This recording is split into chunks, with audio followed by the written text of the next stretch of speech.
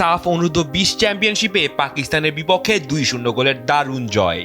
মাঠের নায়ক Ronan Sullivan free kick থেকে অবিশ্বাস্য গোলের পর ঠান্ডা মাথার হেডে জয় নিশ্চিত করা।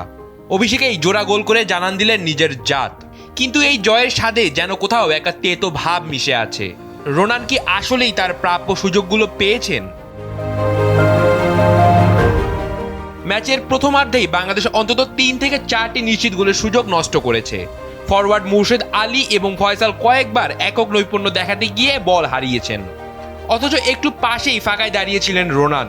ব্যক্তিগত লক্ষ্যের চেয়ে দলের জয় যখন বড় হয়ে ওঠে না, তখনই এমন সুযোগ হাতছাড়া হয়।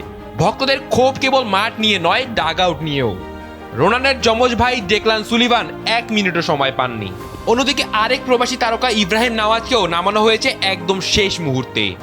এমন প্রতিবাদের কেন বসিয়ে রাখা হচ্ছে? স্বয়ং ক্রীড়া প্রতিমন্ত্রী আমিনুল হক বিষয়টি নিয়ে উদ্বেগ প্রকাশ করেছেন। তিনি সাফ জানিয়েছেন, মাঠে রোনানকে আরও সুযোগ দেওয়া যেত। টিম কম্বিনেশন আর কমিউনিকেশনের অভাব স্পষ্ট। তাই তিনি স্পষ্ট বার্তা দিয়েছেন, বংশোদ্ভূত হোক কিংবা স্থানীয়, জার্সিটা যখন বাংলাদেশের তখন সবাই বাংলাদেশি। ইতোমধ্যে বাফুফে সভাপতি তাবিত আউলের সাথে এ বিষয়ে আলোচনা হয়েছে এবং বাংলাদেশের টিম ম্যানেজমেন্টকে সতর্ক করা হয়েছে।